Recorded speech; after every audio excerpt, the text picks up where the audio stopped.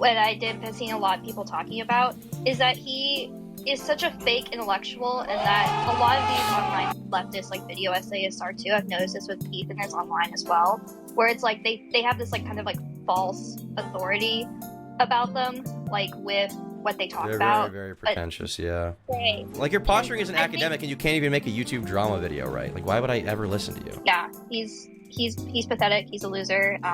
No one should ever take him seriously ever again, and especially because he's posing as an academic. Alright, stupid dumb Gracie, you're on the air. Hey, Smaggle, you don't have to be so mean. Yeesh. Hello. I just wanted to say, like, about the In Praise of Shadows video, something that I found really interesting about it, what I did been seeing a lot of people talking about, is that he is such a fake intellectual, and that a lot of these online leftist, like, video essayists are too. I've noticed this with Ethan is online as well, where it's like they have this, like, kind of, like, false authority about them, like with what they talk about. They're very pretentious, yeah. Yeah, and I am in graduate school for history. Like that's what I do. That's what I study. So I have read like a wide variety of stuff about it. And it doesn't make me an expert on anything per se, but I've read more than the average person. But it's like these guys don't have any kind of background in that. Like maybe they took some humanities classes in college, if that. But it's they come off as so pretentious, like they think they're better than everybody else. Not that they just have a unique perspective on things. Like they're like in Praise of Shadows, he was they're like condescension seems to almost exclusively come from the fact that they don't like rich people and they don't like conservatives and think that they can make good art at all, which is like completely rich.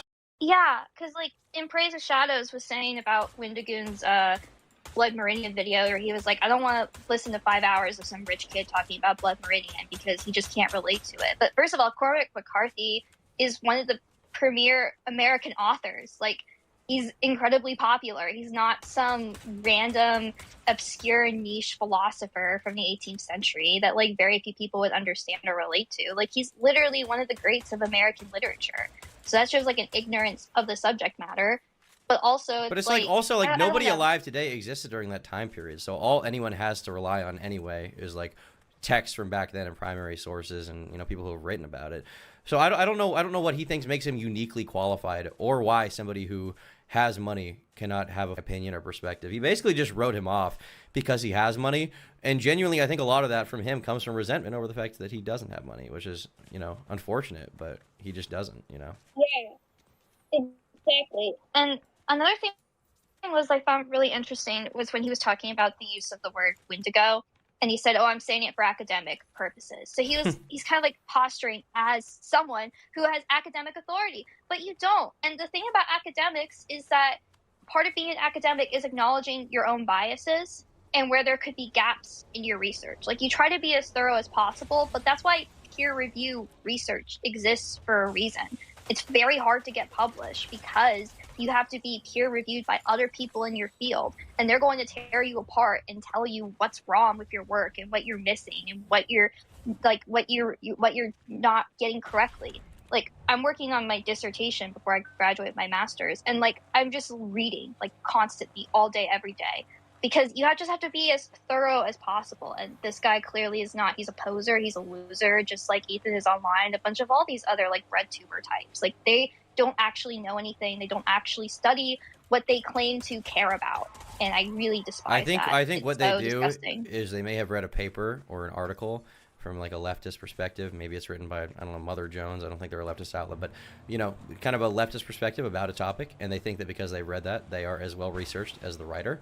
And they think that they're now in a unique position to talk about these issues. But I can't imagine like one YouTuber to another having done as little research as he has, like posturing as if he is like he couldn't even get that I say the N-word right. Like I don't understand how somebody who does that little research is willing to say, oh, this guy's perspective is bad or invalid. It's like, well, at least Wendigoon researches, at least he tries to get things right. You didn't even try. Like, half of your video was like blatantly false, like just raw. All the information was wrong, which makes the conclusions even funnier.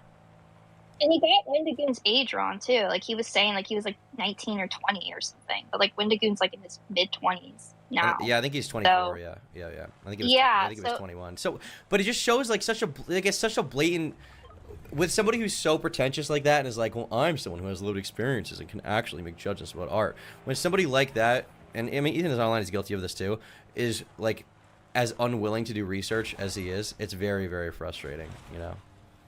Right. Like, you're posturing as an I academic and you can't even make a YouTube drama video right. Like, why would I ever listen to you? Yeah, it's like, because if you're an academic, you should know how to do proper research. And like, academic research is very different than the kind of research you do for like a commentary video, obviously.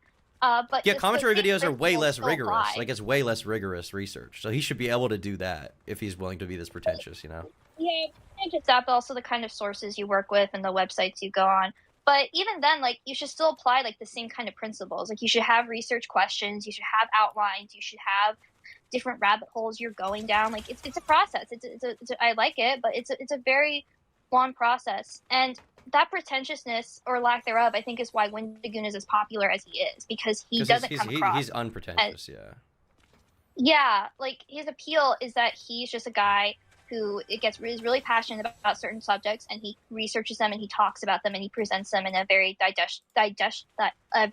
I'm sorry, I'm tripping over my You're words. good. He presents them in a very easy to understand way, and he doesn't posture as an academic or somebody who's above everybody else. He interprets media and then he presents his interpretation to the audience. And I think these leftists try so hard to be quote unquote objective with their opinions, but in doing so they become completely subjective, and they can't admit that they're subjective or that they have bias. Yeah, and to be clear, like, you know, obviously I'm talking him up a little bit because I'm friends with him, but it is kind of frustrating to see all these people posture as academics when the guy they're calling out, who supposedly is like a fucking retard, like went to med school and dropped out to do YouTube, and his wife is like a doctor. Like, this is not like a dumb person. This is a relatively intelligent human being making these videos, and I don't think that makes him like uniquely qualified to make YouTube videos or anything, or necessarily makes them better. But what I do think is that, like, undoubtedly, if you're gonna, you know, question him and criticize him, I think you need to call out specific inaccuracies and problems.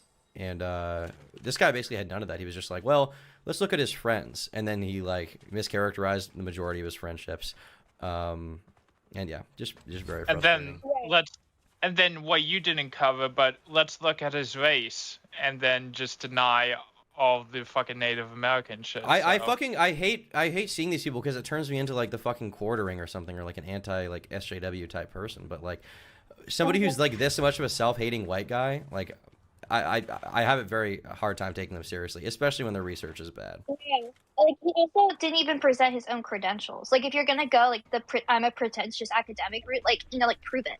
You know, like, show that you actually have studied this. Like, if he said like, oh, I have like a PhD in literary studies and I've studied horror for like the past 8 years, then it's like, okay, like, maybe like at least on the horror aspect you would have something to talk about. That obviously doesn't translate to the commentary stuff because it was still dog shit, but at least it would, you know, I would take his other videos seriously, maybe about like horror or whatever. But also, it's YouTube. Anybody can make videos about anything as long as you're entertaining and you get your information correct as much as possible. Like, that's all that matters, really. Your credentials don't matter. Yeah, I mean, part of the thing too is like, it would be dishonest of me to say that like you can't try to like analyze like Windigoon's background and his beliefs and see how that informs his perspective on things. Like, I think you can do that with any critic. Like, you should be able to do that. Like, I don't think that's like an illegal thing to do. I don't think it's necessarily even wrong. I mean, I've done that in YouTube videos. The problem is just like, the research is so bad. The way he characterizes all the people Windigoon knows, by the way, by doing like literally no research, is really bad. His strongest like point against Donut Operator is that he laughed at a pedophile dying. Like, you're not really going to cast a very wide net with your criticisms when that's the kind of shit you're saying, you know?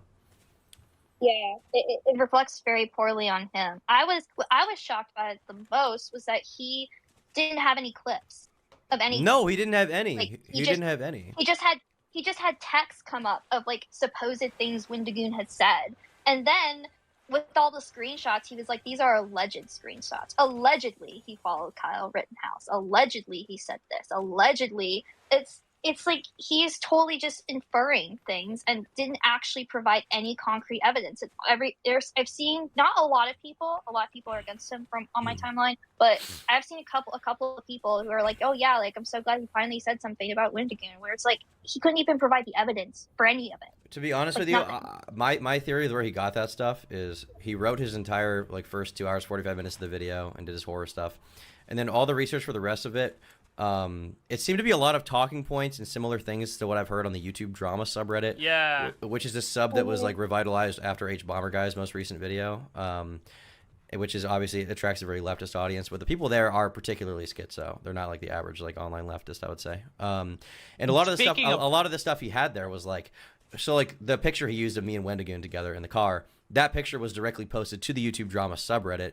And I think the post probably read out Turkey Tom has allegedly said the N-word or something like that. And that's probably where he got it. I think he went through the subreddit's post. He just took that and assumed it was all accurate and then used that for his video, if I had to guess. I don't think he did any research of his own into any of the subjects, which is why a lot of it was so, you know, loosey-goosey, because it was coming from Reddit. And, you know, these Redditors aren't necessarily trying to do the best research possible. They're just trying to draw as many connections as they can, which is why a lot of the stuff around the people he hangs out with were very loose, and why it was like he supposedly made jokes about trans people dying. And it's like, you can't even play a clip for that? Like, you're going to make a claim like that? You can't even find a single clip? Like, there might be a clip. You can't even play it?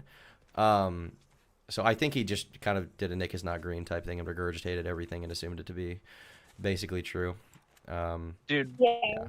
And honestly, like for me, like it's like again, it's like if you present yourself as an academic, or at least somebody who approaches his subject matter in academic mindset, if you take something as seriously as his drama section on Wendigoon, which he apparently did take very seriously, or at least pretends to, and pretends as some noble thing, and not just because he's a spiteful little bitch who's incredibly jealous of Wendigoon. If that section is so as poorly researched as it is, it makes me question all the rest of his body of work. Like if you have one section that's so poorly researched, and this is not like he's a freshman in college who is writing a shit paper. I was a tutor in college. I've read shit freshman papers. He's a YouTuber of almost 400,000 subscribers. If that section is that bad, it makes me question all the rest of his body of work, and I'm never going to take him seriously, like ever. I'm never going to actually take any of his videos seriously or as something to be actually considered or well researched, because I know his Wendigoon stuff was not well researched. Yeah. So it just reflects very poorly on him as a whole. A lot of it seems to be that he's kind of one of these brain rot people who, I don't mean that in like the skibidi sense. I just mean that he views everything through like kind of a political lens, all media. So like somebody posted a clip that I guess he got in shit for recently, where he was talking about the movie The Hills Have Eyes, which is about a bunch of like cannibals that live in the hills, basically. And he was claiming that the movie is basically an allegory for systemic racism and like colonialism, and the cannibals represent black people or Native Americans, which is fucking insane. Like, I cannot imagine saying that ever. Yeah, that's stupid. That's actually retarded. If he's never taken like an actual like literacy class, especially on horror. But the thing is, I don't even know if you have to take a literacy class to know that The Hills Have Eyes is not about black people. Like, is the implication that black people do something that's comparable to eating others? Like, no, that is so spiteful and stupid. I cannot. I did see people were talking about that was his take on it, just like the cannibals were the good guys, and I can't believe that. It's so fucking stupid. Oh my gosh. Yeah, he's pathetic. He's a loser. No one should ever take him seriously ever again, and especially because he's posing as an academic and as somebody who has been doing a lot of work for academia. That makes me very upset. So I just wanted to call in and give that perspective on that, because I feel like it makes him look even worse, in my opinion, to take that authority and then totally trash it and tarnish it even more. Oh, I appreciate you coming on. Thank you for having me on. Yeah, of course. Thank you so much. Bye. Take it easy.